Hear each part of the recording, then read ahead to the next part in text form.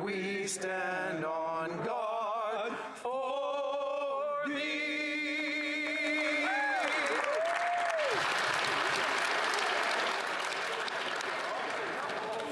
I just got to say that it's beautiful to hear everybody's voices coming in at once.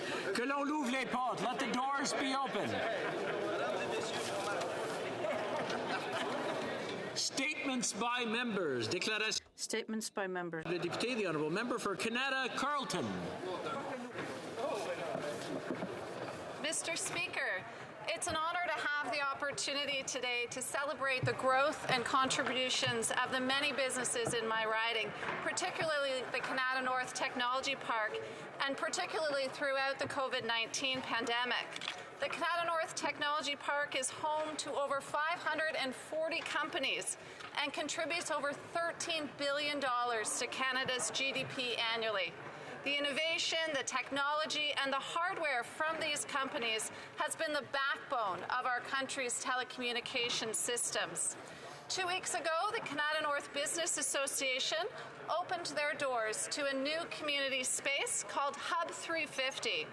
With incredible partners like Carleton University, the University of Ottawa, as well as industry such as TELUS, BlackBerry QNX, and Wesley Clover, the future is bright. I want to thank the Canada North Business Association for their leadership and commitment in bringing industry and academia together and launching Hub 350 and the 5G Innovation Zone. Thank you, Mr. Speaker.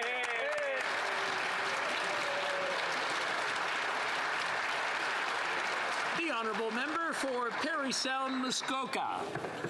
Mr. Speaker, it is an honour to rise in this place and thank my neighbours in Parry Sound, Muskoka for once again trusting me to be their voice in this chamber.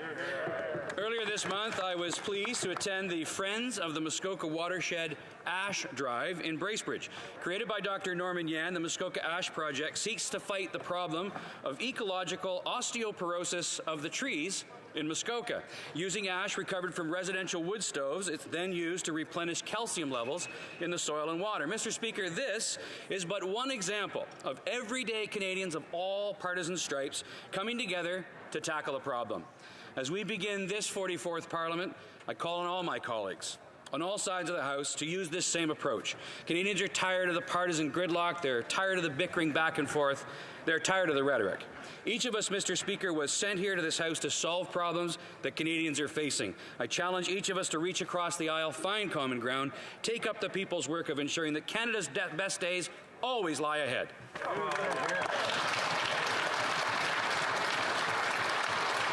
The Honourable Member for Brampton East. Mr. Speaker, I rise today to recognize and commemorate a great man, the Honourable Manmeet Singh Bhullar. His life was taken too soon in 2015 after stopping on the highway to help a motorist in distress. Mr. Bhullar was committed to helping those most in need, not only here in Canada, but around the world. Through his efforts and collaboration between the Government of Canada and the Manmeet Singh Bhullar Foundation, a great deal of Afghanistan Sikh and Hindu minorities are now here in Canada and thriving. These families and children are in school, working and giving back to our communities. Most importantly, because of the Canadian Charter of Rights and Freedom, they are able to freely practice their religion. They are living the Canadian dream. His legacy will live on as his work continues through the Foundation in partnership with the Government of Canada. Meeta, as many of us call him, inspired so many of us in this chamber. His passion, drive, and energy was contagious, and he touched many lives while he was with us. Thank you for inspiring us, my friend. You will be forever missed.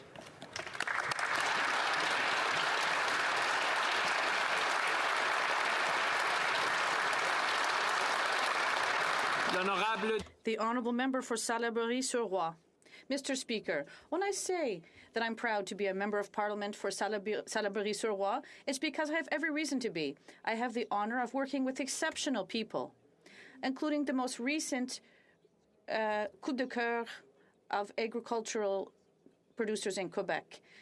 Nathalie Lacroix is the co-owner of Petit Fruit Saint-Louis in Saint-Louis-de-Gonzague, and she's a pioneer who is innovative. In 2011, she began producing a little-known fruit called the HoC berry. Today, thousands of fans love this little fruit, and they go to La Croix-Léger to buy it and as well as many other of her delicious creations. Ms. Lacroix is a truly admirable woman who knows how to share her talents and passions with her family and community. Dear Natalie, you're a woman of spirit, a woman of heart. You are a worthy representative of the women farmers of Quebec. My friend, I will see you soon at your store. I still have lots of Christmas gifts to buy. The Honourable Member for Bourassa. Mr. Speaker, at the dawn of this 44th Parliament, I wish to warmly thank the citizens of Bourassa County who have placed their trust in me for the 4th consecutive election. What a privilege, and I'm very proud to represent them. I would like to take this opportunity to also thank my employees for the quality of the service they have provided. Thank you as well to my family for their respect, and also to my many volunteers. Since 2015, the quality of life of our citizens has improved significantly, but there's still much work to be done. Together, we must continue to fight insecurity, develop more affordable housing, support our seniors, and most importantly, build a sports center. Rest assured, I will always be at your side.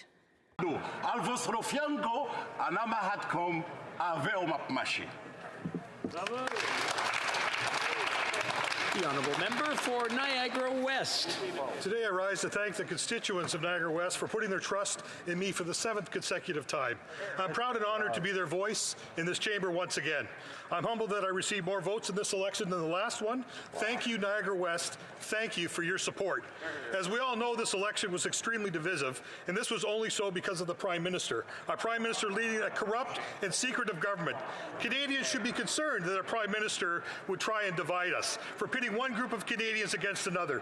That is no way to lead this country. No. The Prime Minister is also failing Canadians on the economy. Just look at the skyrocketing inflation and the cost of living crisis we are in. Higher prices for groceries, gas, and other essentials like home heating. My constituents are worried. Canadians are worried. Thankfully, they can count on a strong and united Conservative official opposition to fight for the best interests of all Canadians, and we intend to do exactly that.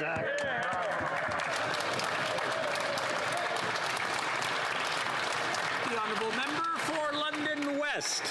Mr. Speaker, today I rise in the House for the first time to talk about an issue that is personal to me. Ma famille et moi sommes arrivés au Canada en tant que... My family and myself came to Canada as refugees. Canada, I lived in social housing, and considering the rate of homelessness across the country, I know that we were lucky. Accessible and affordable housing is not a privilege, it should be a universal right. Mr. Speaker, every single person in London across Canada deserves a place to call home. That's why I want to highlight Homes Unlimited, an organization working tirelessly since 1972, helping to fill the housing gap for Londoners with affordable housing solutions. The Tecumseh Place development, part of the Homes Unlimited, has worked to provide affordable housing for the families of London West. I also want to highlight the need of housing across the country and thank our government for making it a priority in this mandate. I hope that across the aisle we can agree to make this a nonpartisan and an important issue we can champion in our time here. Thank you, Mr. Speaker.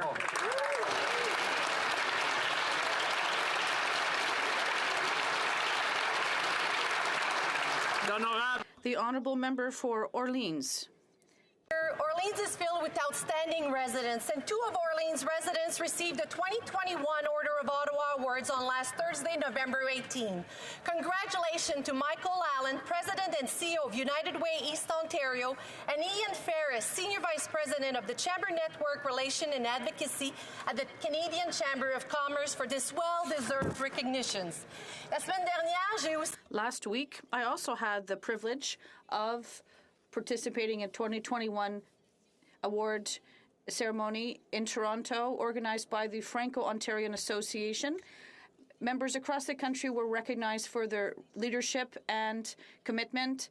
I'd like to give a special bravo to Jocelyne Legault for her work as the Director General of the Gymnastics Club in Orleans. Congratulations. To the Orleans community for re-electing me and allowing me to be in this 44th Parliament. Merci beaucoup. Thank you very much. The Honourable Member for Kenora. Thank you, Mr. Speaker, and my congratulations to you on your re-election. As this is my first opportunity to rise in the 44th Parliament, I want to thank the people of the Kenora riding for once again placing their trust in me to serve in this chamber. It is an honor to continue in this position, and I am thankful to everyone who helped our team make it possible. During the last campaign, Speaker, I heard from countless individuals hoping for a robust economic recovery that includes the North. To make that happen, small businesses must be given the opportunity to thrive, serious labor shortages must be addressed, and the government must present a real plan to deal with the current housing crisis. Canada's recovery must include all sectors and all regions. Mr. Speaker, it is my renewed pledge that I will work to ensure that Kenora riding and all of Northern Ontario is well positioned to drive that economic recovery forward. Thank you.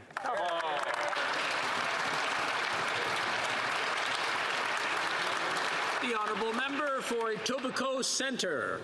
Mr. Speaker, I rise to commemorate the 80th anniversary of the famine genocide in Ukraine known as the Holodomor, when Joseph Stalin closed Ukraine's borders and confiscated all food to destroy a Ukrainian population opposed to his rule. 19 people per minute, 1,200 per hour, and 28,000 per day were dying of famine at the height of the Holodomor. The world was silent.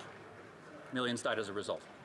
My grandmother Olena was a survivor of the Holodomor, and she once told me that she hoped that the victims of the Holodomor would not only be remembered, but that they would be honored. Honoring them for her meant not just remembering them or commemorating them, but making sure that crimes like this never happens again. So I hope that this week we all take the time to remember and commemorate the victims, but also renew our efforts, redouble our efforts to ensuring that crimes like this that are happening even today stop and never happen again. Let us do as my grandmother would have asked if she were here today. Let us remember the victims. Let us commemorate the victims. Let us honor them.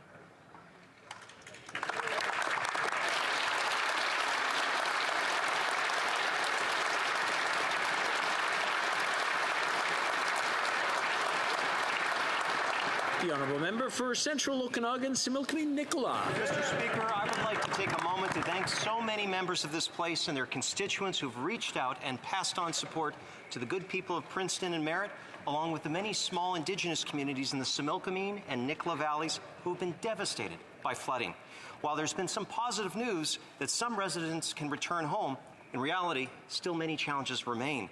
It's one thing to clean up your home and remove destroyed belongings, but those belongings pile up on streets and they need to be removed.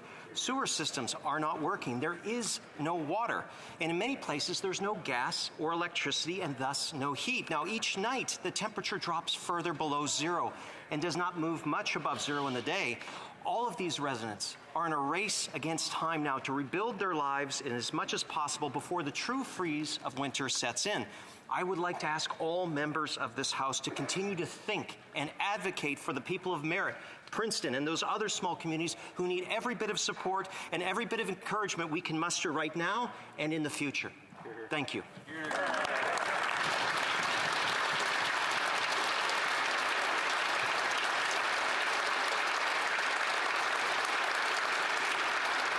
The Honourable Member for Mission Matsky Fraser Canyon.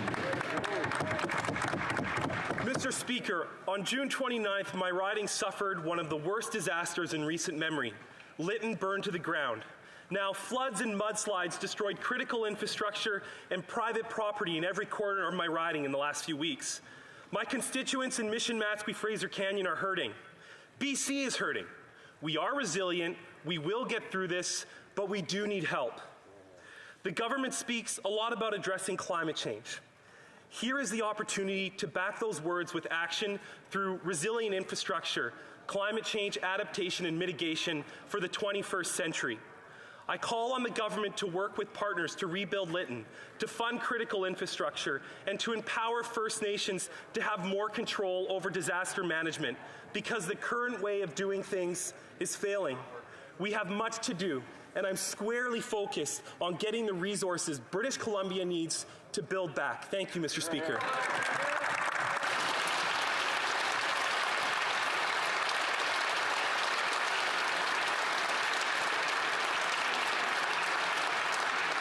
The Honourable Member for Port Moody Quoquitlam. I wish to thank the good people of Port Moody Coquitlam for electing me as one of the 103 women in this House.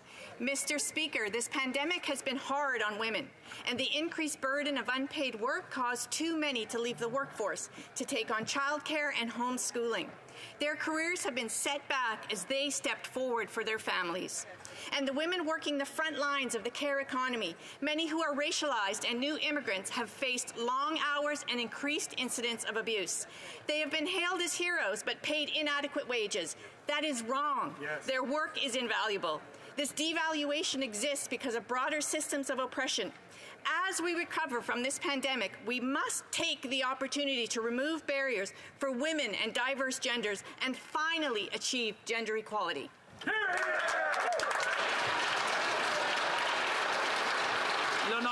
The Honourable Member for Saint-Jean. Mr. Speaker, I rise today to speak about the Banner Project, an initiative set up a few years ago by Richelieu at the 79th branch of the Legion.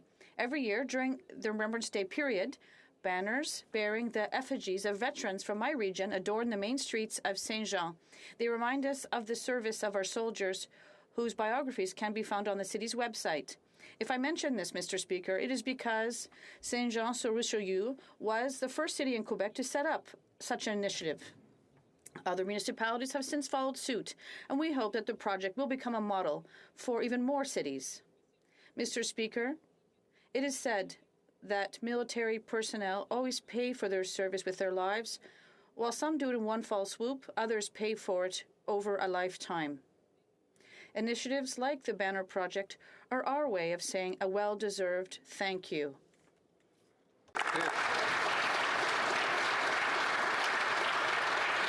The Honourable Member for Abbotsford.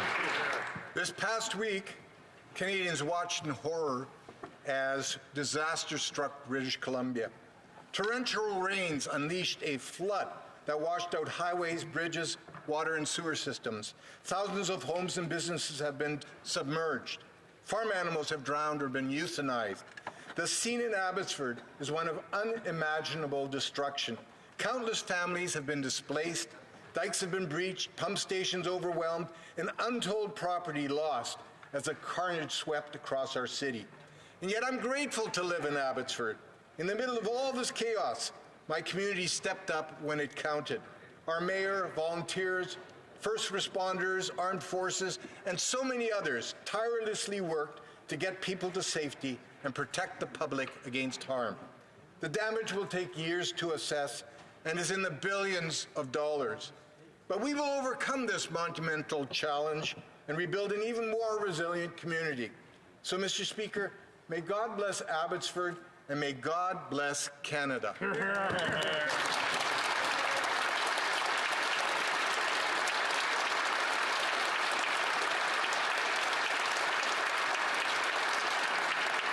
The Honourable Member for Avalon. Mr. Speaker, it's with a heavy heart that I rise today to speak to you and members of this House about two young men missing at sea off the coast of Newfoundland. Adolfo, better known as Tommy Ferreira, and Michael Gill left Lawrence Harbour to hunt tur on Saturday, November 13th, and sadly, despite best efforts of rescue crews, have yet not returned home. To the members of the Canadian Coast Guard, the RCMP, the Coast Guard Auxiliary, boat owners and fish harvesters that have and continue to aid in the search for these two men, we say thank you for doing what most of us can only imagine as being a heart-wrenching job.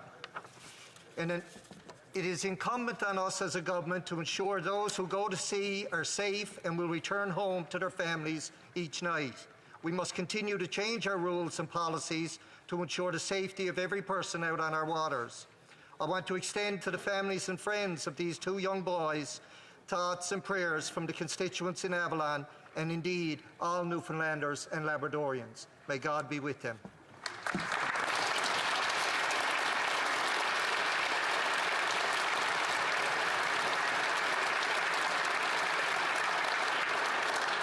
Oral questions. Question orale. The Honourable Leader of the Opposition.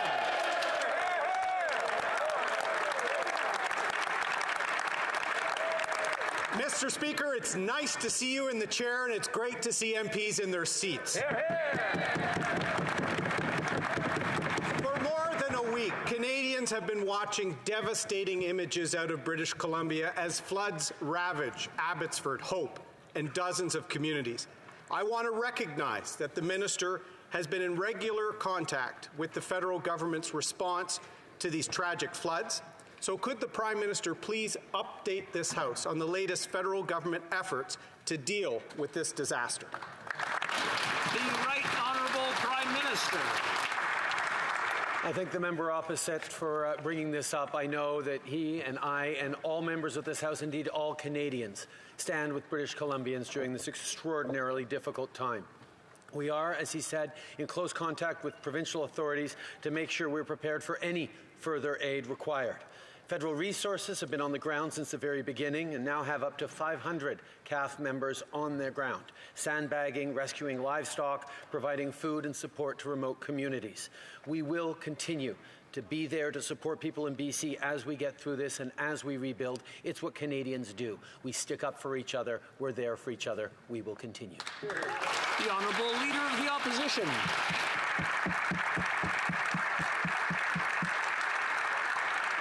I'd like to thank the Prime Minister and keep on the theme of standing up for people in British Columbia. The Coastal GasLink project has agreements with 20 Indigenous communities in BC.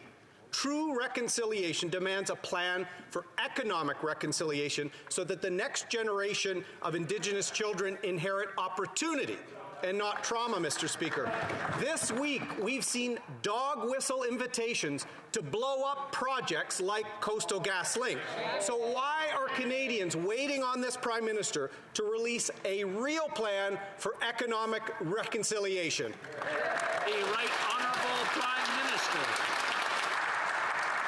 Mr. Speaker, from 2015 onwards, we have been serious about the work of reconciliation, which absolutely does include economic reconciliation in leadership, in partnership with Indigenous peoples, whether it's on developing natural resources, whether it's on ensuring parity in investments in schools, or ending long-term boil water advisories. We will continue to move forward in a way that is led by and guided by the partnerships with Indigenous peoples across this country. Of course, Canadians need to work together to achieve this goal, and any remarks that advocate for or serve to instigate violence are unproductive and potentially dangerous. The Honourable Leader of the Opposition. Mr. Speaker, Canadian inflation is at a 20-year high. 60% of Canadian parents are worried about putting food on the table. Monthly grocery bills have already gone up hundreds of dollars. The speech from the throne mentioned inflation once. Shameful. Just once, Mr. Speaker. So is the Prime Minister having trouble understanding the concerns of Canadian families, or does he just not care? The Right Honourable Prime Minister.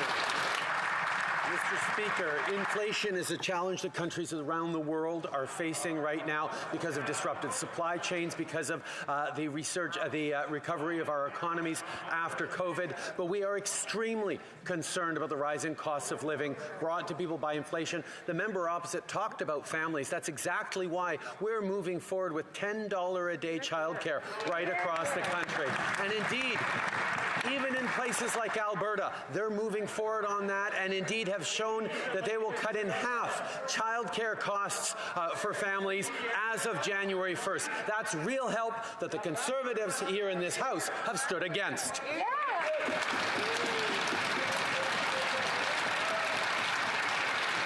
Before I go to the Leader of the Opposition, I'm sure everybody wants to hear the responses to the questions.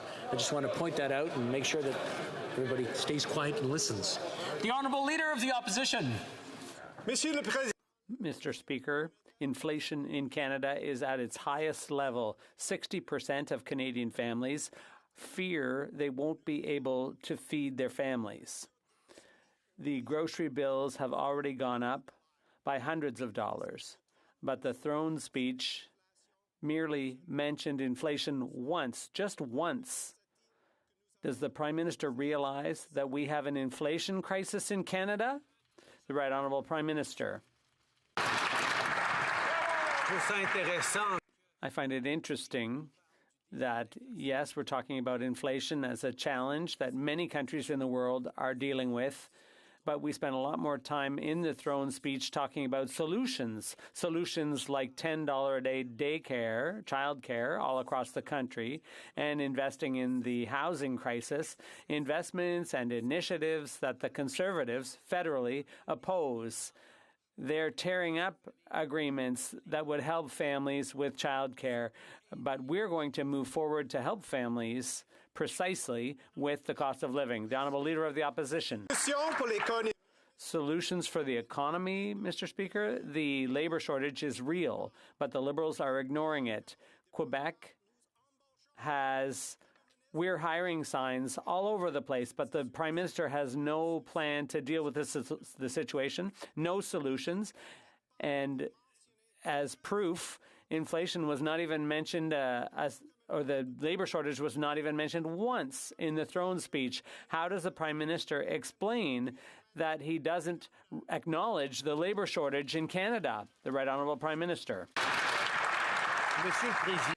Mr. Speaker, the throne speech focused on the major issues Canadians are facing, including the labour shortage, because we know that getting over COVID and getting through the pandemic and building back the economic recovery, the creation of new innovative jobs in green sectors, and reconciliation, those are the major priorities Canadians want us to work on. And that's precisely what we're going to do. Yes, we will raise immigration levels. Yes, we will invest in training. Yes, we will help reduce or diminish the labour shortage, which existed before the pandemic and is still around. The Honourable Member for Belleuil-Chambly. Merci beaucoup. Thank you very much, Mr. Speaker. We're at the start of a new parliament, and this gives us the opportunity, it will give us the opportunity to cooperate for the benefit of Canadians, but that requires some thought, so we will do that. The priority of Canadians and Quebecers is, of course, health. And from the provinces and Quebec's perspective, that requires an increase in health transfers. The Bloc made a proposal to replace the traditional obscure meeting of first ministers. We think there should be a public summit on healthcare funding. All premiers and the Prime Minister and health ministers would attend this summit so that all Canadians could see what the issues are and what the proposals are. Will the Prime Minister consider this suggestion from the Bloc? The Right Honourable Prime Minister. Mr. Speaker, we all recognize that our healthcare system and our healthcare workers have helped Canadians get through this pandemic. So we have a plan to eliminate delays in healthcare, to build better healthcare facilities for long-term care and mental health. We have a plan to hire hundreds more doctors and nurses in partnership with the provinces. We recognize that the provinces and territories need to be able to provide better care, and we have increased funding. We will continue to be there and continue to invest in healthcare while respecting jurisdictions so that all Canadians get the best possible health care all across the country. The Honourable Member for Belleuil-Chambly. Mr. Speaker, allow me to express some concern about the term partnership, which seems to mean strings attached. And I was even worried about the word plan during the election campaign. However, can the Prime Minister tell us, in all seriousness, whether he considers that the tragedy experienced during the pandemic was the fault and responsibility of the provinces and Quebec? And if it were him, does he truly believe he would have done any better? The Right Honourable Prime Minister. Mr. Speaker, I'm not at all interested in finger-pointing, in blaming people for the terrible tragedy we all experienced during the pandemic. We're all painfully aware that we need to work together to ensure that our seniors all across the country get better support. And that's why we're here, why we've been there to work with the provinces and territories. Seniors and individuals simply want their parents and their grandparents well cared for. And that is why we will be there as partners to invest and to ensure that seniors all across Canada are safe. The Honourable Member for Burnaby South. Mr. Speaker, we are in a climate crisis, and we need to act urgently. This climate crisis also presents an opportunity to create good jobs for workers, but not if we don't have a plan. This throne speech completely misses the opportunity to have a plan for workers. So why did this Prime Minister abandon workers without a plan to create good-paying jobs that help us fight the climate crisis? Why is there no plan for workers in this throne speech to fight the climate crisis? The Right Honourable Prime Minister. Mr. Speaker, just a few months ago, all parties had an opportunity to put forward their plans to fight climate change and to grow the Canadian economy. And I was extremely pleased to see that the support for the Liberal plan on growing the economy, on fighting climate change, was recognized by top scientists, by top environmental leaders like BC's Andrew Weaver, by economists like Mark Jacquard. The kinds of investments and plan that we've put forward and that we've continued to build on in the throne speech was recognized as the strongest plan for the economy and to fight climate change by all experts. The Honourable Member for Burnaby South. Thank you, Mr. Speaker. We're in a climate crisis and we have to act immediately. One thing that could be done is to cut subsidies to the oil patch, and the Prime Minister promised to do that, but currently they're investing 14 times more in fossil fuels than in renewable fuels. Will the Prime Minister undertake to completely eliminate subsidies to oil companies and invest that money in renewable energy to deal with the climate crisis? The Right Honourable Prime Minister. Mr. Speaker, as a government, for a number of years now, we've made a commitment to end subsidies to fossil fuels, and we'll do that before the target date of 2025 because we know it's important. In addition, we've gone ahead with a plan to put a strict limit on emissions coming from oil and gas and to reduce emissions gradually until we hit net zero in 2050, following the advice of scientists. That's the plan the Liberal Party came up with, and unfortunately for the NDP, it was far stronger than their own plan that they proposed in the last election. Lisker. Mr. Speaker, yesterday's speech was just more Liberal broken promises, but what it didn't talk about was the rising cost of everything in this country. Gasoline, groceries, rent, clothing, everything that Canadians need for their basic needs are going through the roof. So my question for the Prime Minister is simple. When is the last time he's gone and filled up his tank of gas? When has he gone to a grocery store? When has he gone to a hardware store? Does he know what a loaf of bread costs now, or maybe a can of beans, or a package of bacon? Thank you. The Right Honourable Prime Minister. Mr. Speaker, in the conversations I've had with Canadians over the past number of months, two things kept coming back as their greatest concerns. One was the rising costs of childcare and how much it costs their family.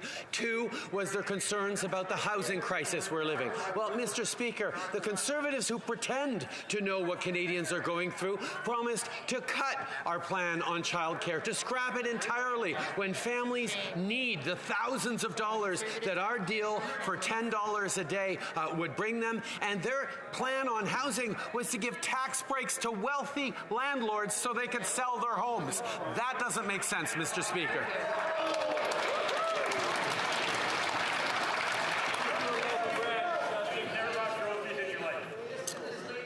I'm trying to hear the questions and the responses and answers. I just want to make sure that everybody wants to hear them as well. Good. Okay, good. We're good to proceed. The Honourable Member for Portage-Lisker. Well, let me answer that question for the Prime Minister. A year ago, a pack of bacon was about $5. Today, if you go and buy even no-name brand, everybody knows what no-name brand is except maybe the Prime Minister, it's almost $8. Mr. Speaker, people without children, seniors, those who have school-aged children are buying bacon, bread, eggs, clothing, rent, and this is costing them. But it's very disappointing to have a Prime Minister who is so out of touch. The only thing he might be worried about is if the cost of surfboards go up. I guess he'll worry about that. Mr. Speaker, will the Prime Minister acknowledge that there is a crisis going on with inflation in this country? The Right Honourable Prime Minister. Once again, Mr. Speaker, while Conservatives try to score cheap political points, we are focused on Canadians. We will continue to work hand in hand with provinces, including Conservative provinces like Alberta, that realize that moving forward on $10 a day childcare, and indeed cutting childcare costs in half for families as soon as this coming January, will make a huge difference in affordability for families. On top of that, we are moving forward to make even more investments in countering the housing crisis, because we know those are two big issues that Canadians are struggling, but there are more. We will continue to work with them on it. Bravo. The Honourable Member for Portage-Lisker. Well, I see the other thing that's inflating is the Prime Minister's arrogance and disconnect. Hear, it's very disappointing to see. The Prime Minister said he doesn't care about monetary policy. Well, that's clear, because it's his monetary policy that is causing massive inflation in Canada. And he might try to say, well, it's happening everywhere, but it's worse in Canada. And people without children or people with school-age children, seniors, there are Canadians who are struggling with it. So when will the Prime Minister stop just talking about daycare and talk about the fact that everything in this country is going up, and he doesn't seem to realize it or wants to address it? Hear, hear. The Right Honourable Prime Minister. Unfortunately, Mr. Speaker, we see once again the Conservative ideology of this federal party slip through as they talk disparagingly about things like, oh, stop talking about childcare, start talking about things that matter to people. I'm sorry, Mr. Speaker, but the investments that Canadians need, and indeed the Conservative premiers as well across the country recognize, is supporting families is not just good for moms, not just good for kids, it's good for the entire economy as we see greater workplace participation. That, unfortunately, is what Conservatives, yet again, do not get because of their ideology.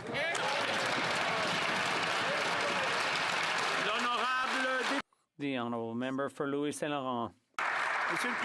Mr. Speaker, this is the reality. 200,000 jobs in Quebec have not been filled because of the labour shortage. It cost billions of dollars for our companies, the fact that they don't have enough workers. 70% of our companies are turning down contracts. That's the economic reality of Canada. There's a labour shortage. And yesterday in the throne speech, there was nothing, not a thing about that. Why is the Prime Minister acting like there's no problem when our companies are currently suffering a shortage of labour? The Honourable Prime Minister. Mr. Speaker, I understand that the Conservative Party is very focused on problems without coming up with any solutions. In the throne speech, we focused on solutions more than what the problems were. And the fact is that for more than a year, our border was shut because of the pandemic. Now we're going to invest even more on immigration, working with the provinces in order to bring more labour to Canada. At the same time, we're investing in opportunities like daycare to ensure that in decades to come, we will have a strong labour market and there will be no shortages. The Honourable Member for Louis Saint Laurent. Mr. Speaker, allow me to be a bit skeptical when the Prime Minister talks about the border, because if there's one person who really mismanaged the border issue, it was the current Prime Minister of Canada. This morning, I spoke to some bosses, and they talked about the huge number of vacancies that can't be filled.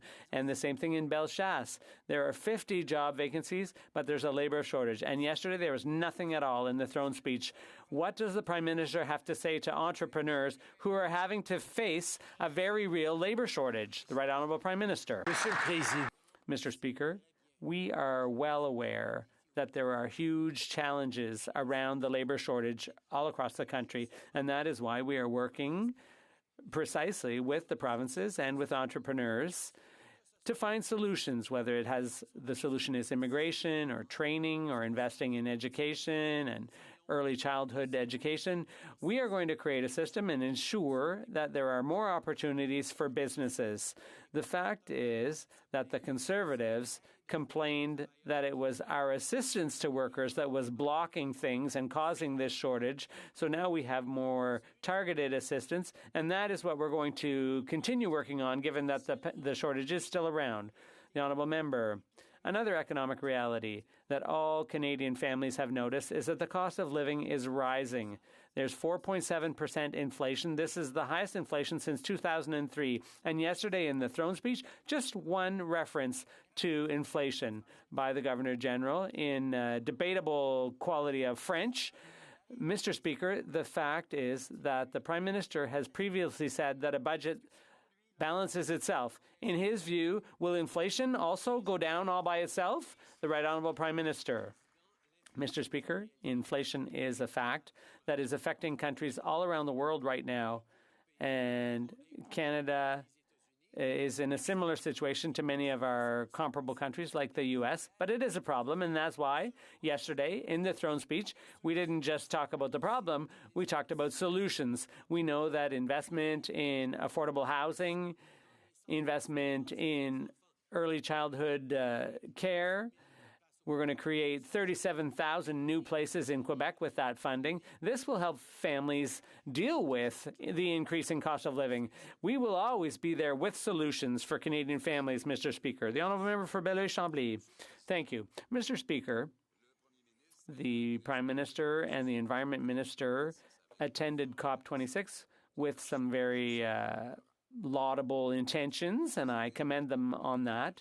But it was the last chance COP, and we still have the huge oil companies operating, and the Prime Minister had aggressive, ambitious targets for emissions reductions, but the oil industry is boasting about its desire to increase drilling by 25% in 2022. Is that consistent with the government's goals? The Right Honourable Prime Minister. Mr. Speaker, in our plan, which we presented at COP26, and the plan we presented to Canadians in the last election campaign, we acknowledged that there has to be a hard cap on emissions from oil and gas, and emissions need to be reduced until we hit net zero. And the commitments that were already made by a number of oil companies in Canada are in line with that. We're going by science. We're going to reduce emissions all across Canada. We're going to ensure that we create better jobs for a better future for all Canadians while attacking climate change at the same time. The Honourable Member, when it comes to science, the previous minister's lectures were more instructive than the current ones, obviously. However, in the West, it's a very oil-based economy, and Quebec's economy is much greener. But we know that in order to reduce emissions, to hit targets, that goes against any authorization to increase production. Does the Prime Minister not wonder whether his solution is not a recipe for failure? The Right Honourable Prime Minister. With all due respect to my honourable colleague from the Bloc Québécois, I have to explain that in Canada, in our federation, we have something that's called provincial jurisdiction. And the provincial jurisdiction manages its most resources are governed by provincial jurisdiction. I can't hear the answers, so I would ask everyone to not shout in the chamber. The Honourable Prime Minister. The Honourable Member should full well know that the federal government can legislate emissions but cannot directly tell the provinces what to do about production because energy production is under provincial jurisdiction, and the member should know that full well. No. The cost of government is driving up the cost of living. Almost $500 billion of inflationist liberal deficits mean more dollars chasing fewer goods, driving higher prices. But the Prime Minister says he doesn't think much about monetary policy. Clearly. That's no surprise. After all, it's just inflation. Given that housing and gas prices are up by a third, has he had time since he got off the surfboard to think a little bit more about monetary policy?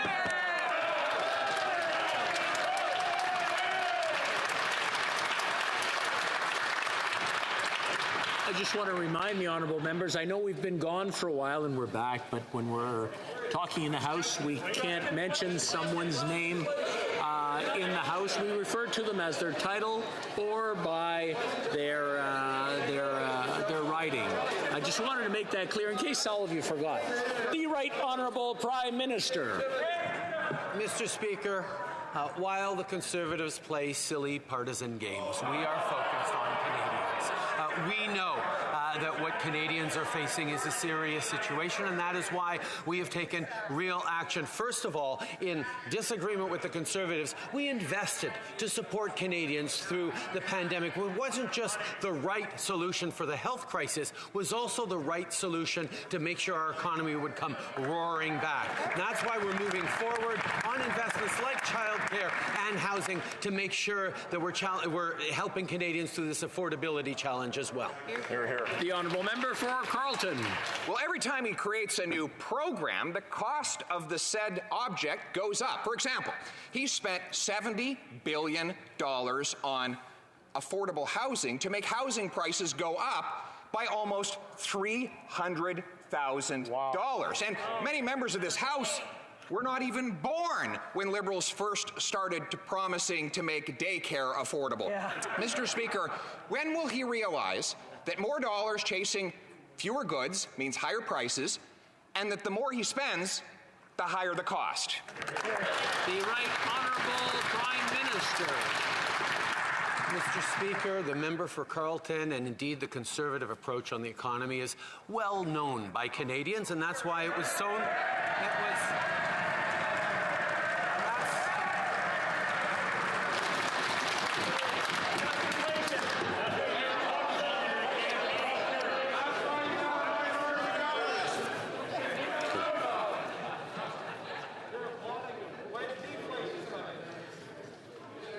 I just want to make sure we're okay to continue. The Right Honourable Prime Minister.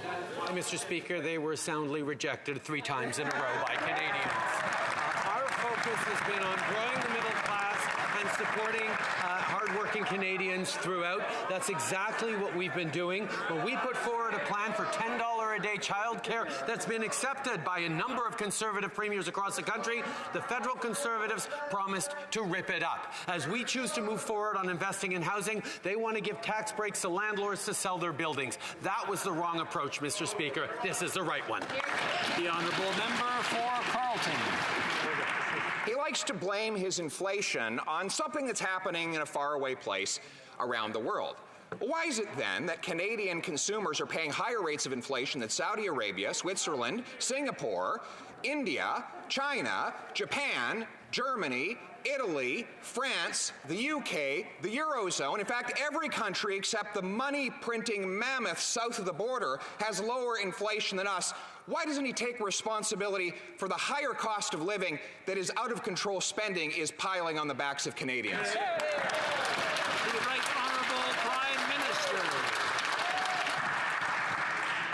I am impressed to see the high esteem in which the member from Carleton seems to hold me, that I was able to create a global inflation crisis with our initiatives to support Canadians through this pandemic. Because that's exactly what he is saying. Everywhere in the world, they are seeing record high inflation. And here in Canada, we continue to invest in ways to support them with world-class childcare investments, with housing, with investments in reconciliation, in fighting climate change, in building a better future, while they choose to hide their heads in the sand. Honourable member for Carleton. I think the Prime Minister got the facts wrong. Other countries have lower inflation than here. France, Italy, Germany, Japan, the UK all have lower inflation rates, much lower than Canada. Only the US, which is spending money like crazy, has a higher inflation rate. And he knows that. We know that the Prime Minister doesn't think about monetary policy because it's just inflation. But he should think, is he thinking about the real costs he's putting on Canadians' shoulders?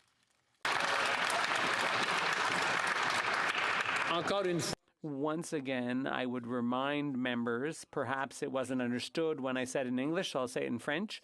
When you're in the House, you refer to other members by their riding or by their title. I think that's clear now. I've said it in both languages. The Right Honourable Prime Minister. I'll use an expression I used to use as a teacher. If the member for Carleton spent more time doing his homework and less time with puns, he might understand that the whole world is dealing with an inflation crisis. And yes, it's a serious crisis in all countries, more serious in the U.S. than here. But that's why we are coming up with concrete solutions like investing in childcare, creating more spaces, and investing in housing. We will continue to be there for Canadians while the Conservatives are obsessed with me. We are in a housing crisis where people cannot find a home to call their own. It is impossible for people to find a home. They're seeing the forces of speculation driving up the cost of housing, and this federal government and previous governments haven't invested enough money in building homes that people can actually afford. Given this crisis, why isn't the Prime Minister responding to the seriousness of this crisis with the response necessary to help people find a home that they can actually afford? The Right Honourable Prime Minister. Mr. Speaker, as outlined in the speech from the throne, housing is a major priority for this government, and we will deliver. With programs like the Housing Accelerator Fund, which will help municipalities build more and better faster. Whether it's building more units per year or increasing affordable housing, we will work with partners to get real results for Canadian families, including with things like helping families buy their first home sooner with a more flexible first-time homebuyers incentive, a new rent-to-own program, and by reducing the closing costs for first-time buyers. The Honourable Member for Burnaby South. This is a housing crisis, and it's really impossible to find affordable housing. This government doesn't know what affordable means. It thinks that $2,250 a month for rent in Montreal is affordable. That's crazy. Why does this Prime Minister not respond to the housing crisis issue with the urgency that is necessary to help people? The Right Honourable Prime Minister. Mr. Speaker, we are taking action, as we said in the throne speech. Housing is an important priority for our government. That will lead to results through programs like the Housing Acceleration Fund, which will help municipalities to build more and faster, be it in building more housing per year by increasing the number of affordable housing units. We will work with our partners in order to obtain real results for Canadian families, as well as helping families to buy their first home sooner with the help of the first-time homebuyers incentive, along with other programs such as rent-to-own and reducing closing costs for new buyers. Member for West Vancouver, Sunshine Coast, Sea to Sky Country. Mr. Speaker, my province has been devastated by natural disasters over this past year. In between wildfires, landslides, and flooding, my constituents and countless British Columbians are having their property and their lives threatened or even lost. With the ever-worsening reality of climate change, we know that these weather events are going to become more frequent and severe. Can the Prime Minister please tell this House and update this House on his critical work to address this issue? The Right Honourable Prime Minister. I thank the member from West Vancouver, Sunshine Coast, Sea to Sky Country for this important question. And my thoughts, as they do from everyone in this House, remain with the people of British Columbia.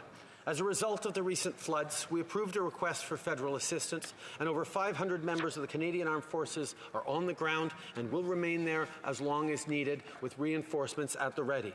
We will do more to mitigate the damage from these natural disasters and move forward on a low-cost national flood insurance program. And we will be there with the people of British Columbia every step of the way as they clean up, as they recover, and as we all rebuild together. The Honourable Member for Richmond Arthabaska.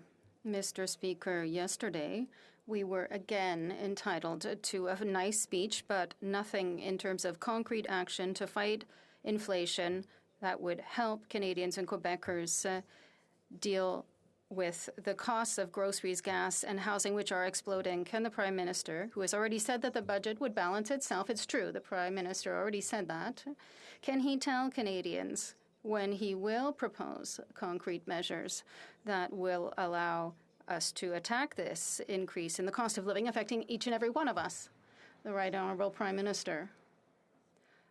Obviously, Mr. Speaker, for those who listened to the throne speech, they would see that our speech was based on solutions that we are proposing for families that are dealing with these challenges, particularly when it comes to housing and in terms of finding a spot in affordable daycare. These are two examples that are directly affecting the cost of living, two examples that, unfortunately, the Conservatives did not have in terms of a plan to help Canadians. The government will be here, fortunately, in partnership with the provinces in order to help families across the country.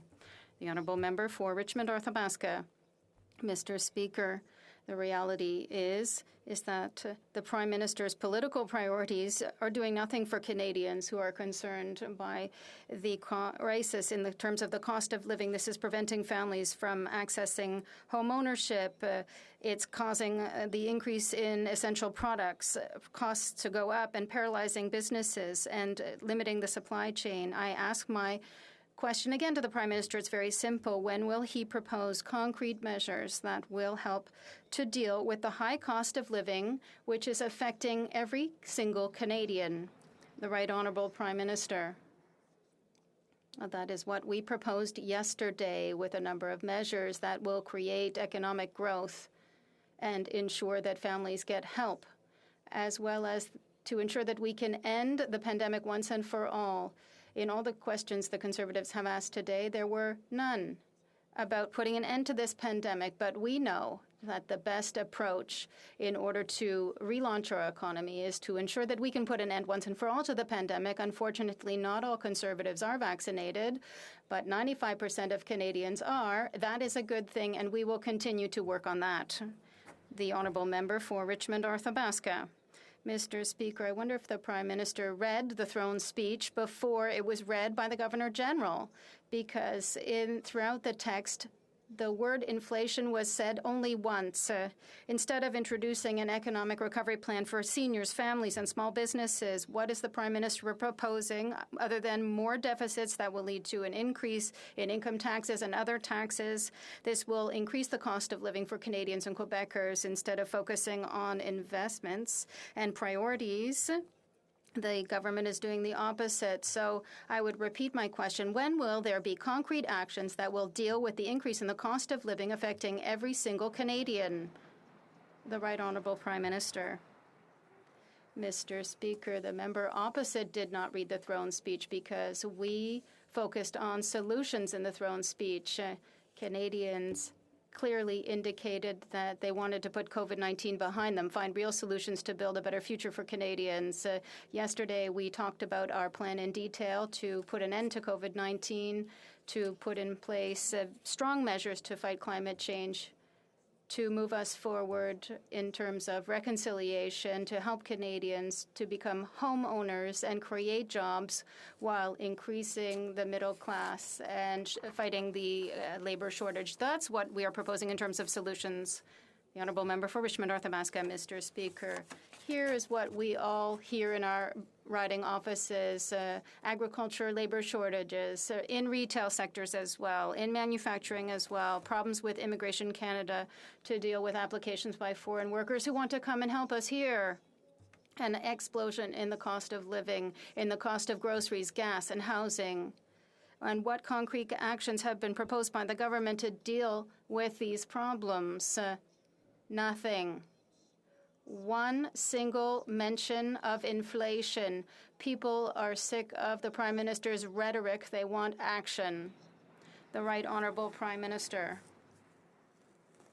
Once again, Mr. Speaker, the Conservatives don't seem to understand that inflation is a problem, not a solution. We focus the throne speech and our plan on solutions for Canadians, solutions like ending COVID-19, taking strong measures to fight climate change, to make life more affordable, to move together towards reconciliation, help Canadians become homeowners and create jobs and fight against the labor shortage.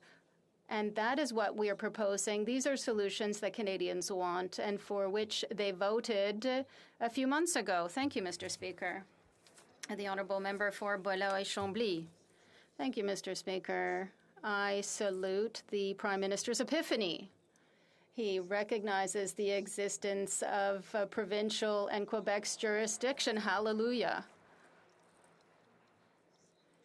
If natural resources are under Alberta's jurisdiction when it comes to oil, they shouldn't get money to take out or extract the oil, neither directly or indirectly, or by pretending that it's to reduce greenhouse gas emissions, which will increase with production.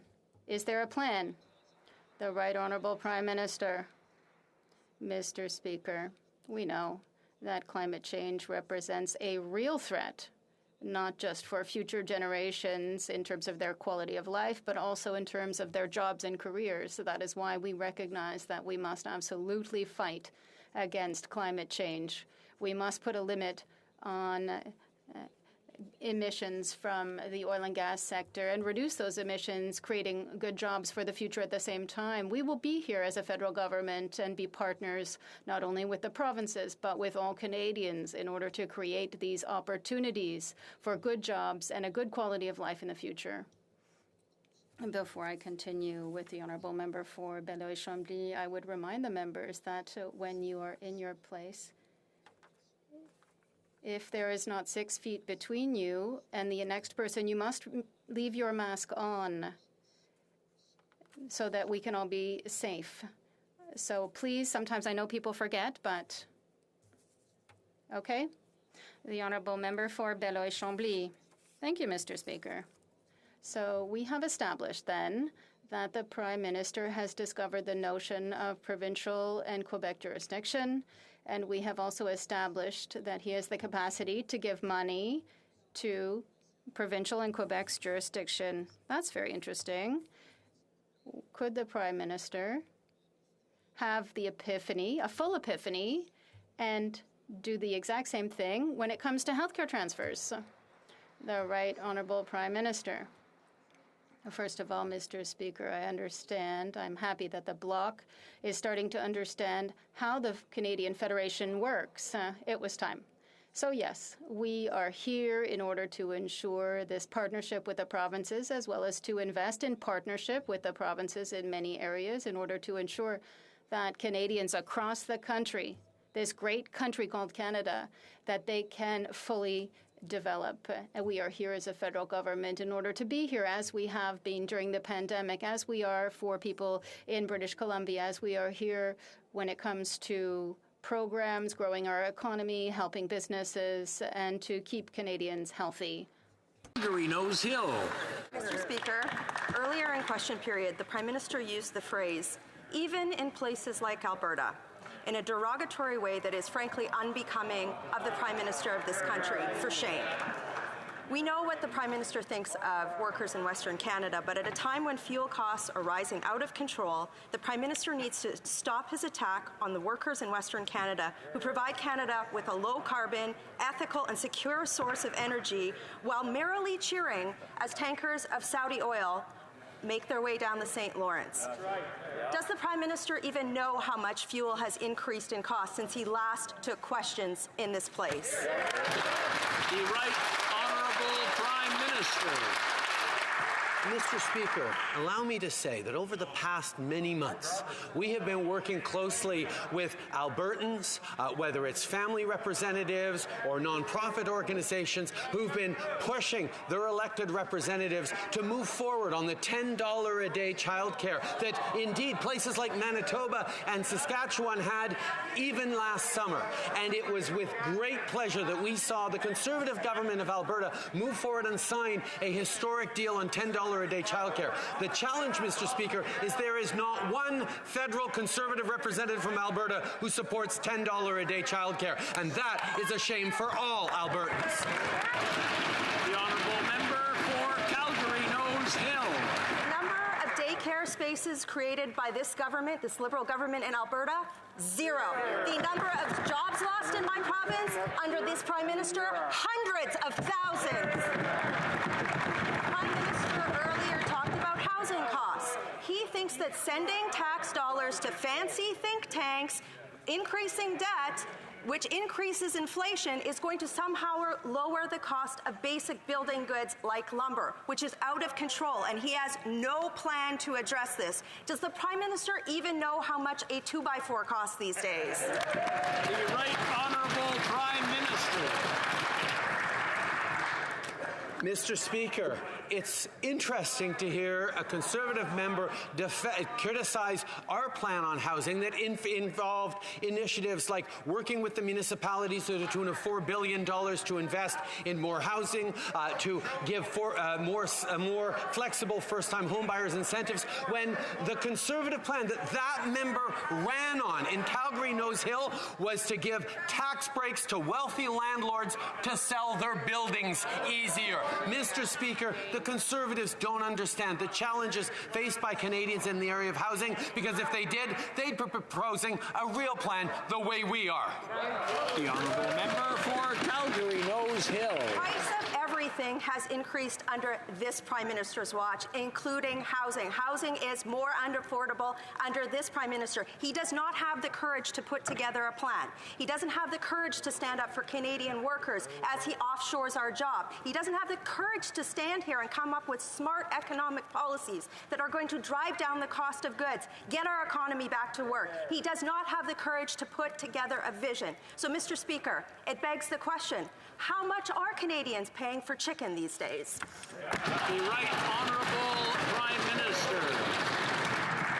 Mr. Speaker, as far as a rhetorical device goes, accusing an honourable member of cowardice is hardly the kind of tone that I think Canadians want to see in this more constructive House. Canadians returned us with a very clear mandate, all of us, to end this pandemic once and for all, which happens through vaccinations, guys, but also to move forward on investing in things like $10 a day child.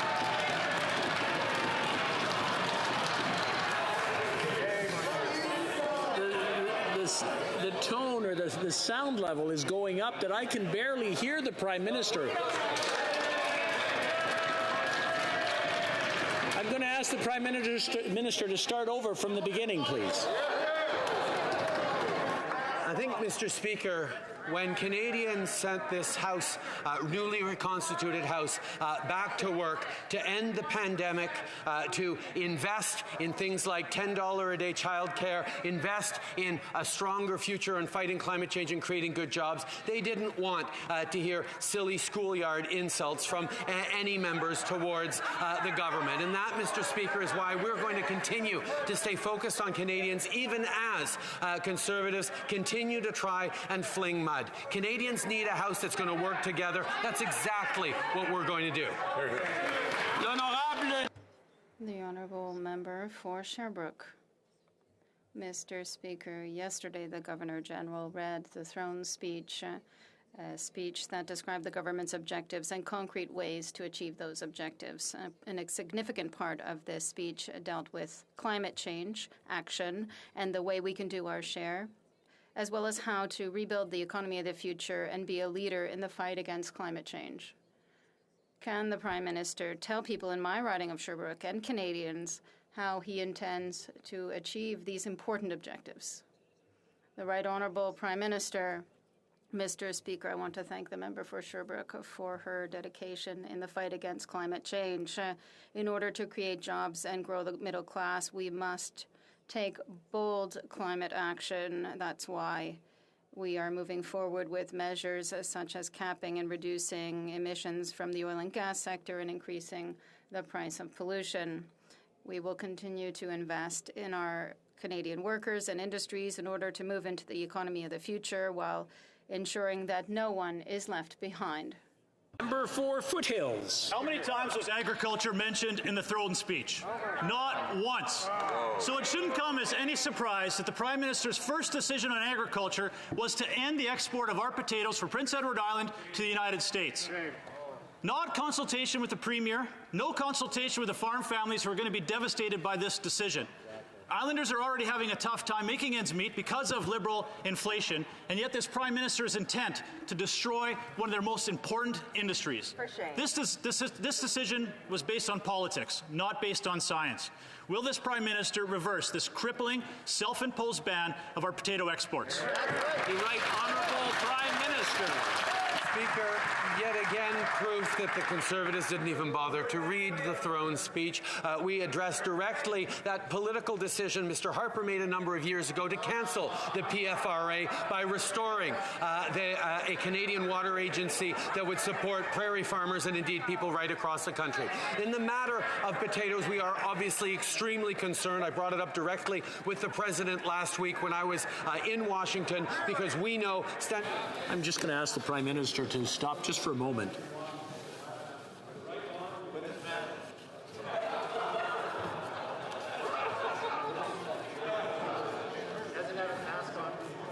Okay, go ahead. Right Honourable Prime Minister. Speaker, in regards to the serious situation facing Islanders, we have been working closely with Islanders and indeed with the Americans to make sure that the Americans understand that there is no scientific basis for the ban of table potatoes. We are going to continue to stand up for Prince Edward Islanders, look for a solution on this based on science. The Honourable Member for Foothills. Obviously, Mr. Speaker, the Prime Minister has no idea what I was talking about, but maybe he should ask his members of Parliament from Prince Edward Island who haven't said a single word about this decision. With the stroke of a pen, Mr. Speaker, the Prime Minister has devastated Prince Edward Island's potato industry. This is crippling for those farm families, like the Roses in Souris, like the Ellis family in O'Leary. Will these members of Parliament from Prince Edward Island, will they stand up and tell the Prime Minister to reverse the self-imposed ban on our potato exports to the United States? Yes or no? The Right Honourable Prime Minister. Mr. Speaker, following the discovery of potato wart on seed potatoes in Prince Edward Island, the Americans threatened to cut off all potato exports from Prince Edward Island to the United States. We made the decision to move forward with a voluntary suspension to prevent the Americans from bringing in something that would have been much more difficult to reverse, while we work with the Americans and other partners to ensure that they understand there is no scientific basis for the banning of table potatoes from Prince Edward Island, or table potatoes from Prince Edward Island towards the United States or anywhere else. I just want to remind the honourable members that the masks aren't muffling that much of the sound. The honourable member for Barrie Innisfil. During the election, the member from Calgary Skyview was caught on a doorbell camera and has been accused of not just removing campaign literature from Conservative candidate Jag Sahota, but replacing it with his own piece that provided wrong information about a polling location. The member is facing a $5,000 fine and up to 6 months in jail during an investigation that is continuing from the Commissioner of Canada Elections. Even with the low bar on ethics and conduct set by the Liberals and indeed the Prime Minister over the last 6 years, does the Prime Minister think that this type of action from a member of his caucus is acceptable? The Right Honourable Prime Minister. Speaker, the member has apologized and is fully cooperating with Elections Canada as it goes through its processes. The Honourable Member for Fredericton. Mr. Speaker, our government has reached 9 childcare agreements across all provinces and territories. I am acutely aware that access to childcare will make a major difference for families in my riding and across Canada. Not only does it give our children the best possible start in life, it allows parents, especially mothers, to maintain their professional careers, and it creates good, well-paying jobs for educators. Can the Prime Minister update this House on the agreement reached, the ones we're still waiting for, and how they will change the lives of Canadians? The Right Honourable Prime Minister. Speaker, I would like to thank our outstanding member for Fredericton for this important question. This month, Alberta joined our Canada-wide early learning and childcare system, making it the 9th jurisdiction to offer $10 a day childcare spaces for families. That means that 60% of all children across Canada under the age of 6 will have access to early learning and childcare for $10 a day in 5 years or less. Together, we will finish the job and deliver $10 a day childcare for all Canadian families, including families in New Brunswick. Yes.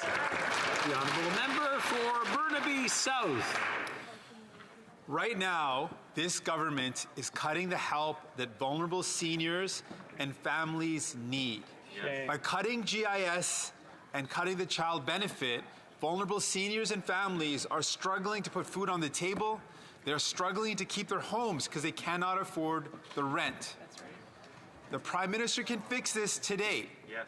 Will the Prime Minister today commit to ending the clawbacks of GIS and ending the clawbacks of the child benefit and stop hurting vulnerable seniors and families? The Right Honourable Prime Minister. I want to begin by thanking the Leader of the NDP for continuing to stand up for Canadians as we endeavour to do on this side of the House, and I look forward to working with him on issues such as this, because from the beginning our government's priority has been to support the most vulnerable, which is why we worked hard to strengthen income security for seniors, including by a boost to the GIS. It's also why we stopped the Conservatives' practice of sending child benefit checks to millionaires to send more to families who needed it with the CCB. We put in place the CERB to help people at the height of the pandemic. We know it's having an impact on some of our most vulnerable now. Ministers are actively working on this issue to come to the right solution to support vulnerable Canadians, because we will always be there for them. And I'm afraid that's all the time we have for today. C'est tout pour aujourd'hui.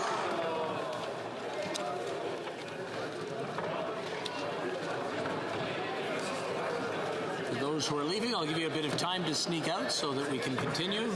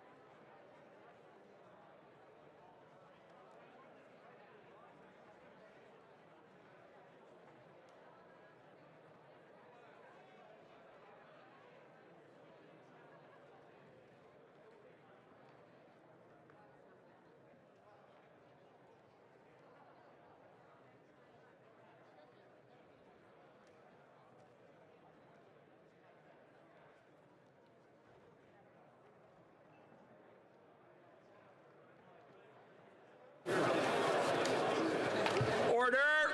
À l'ordre!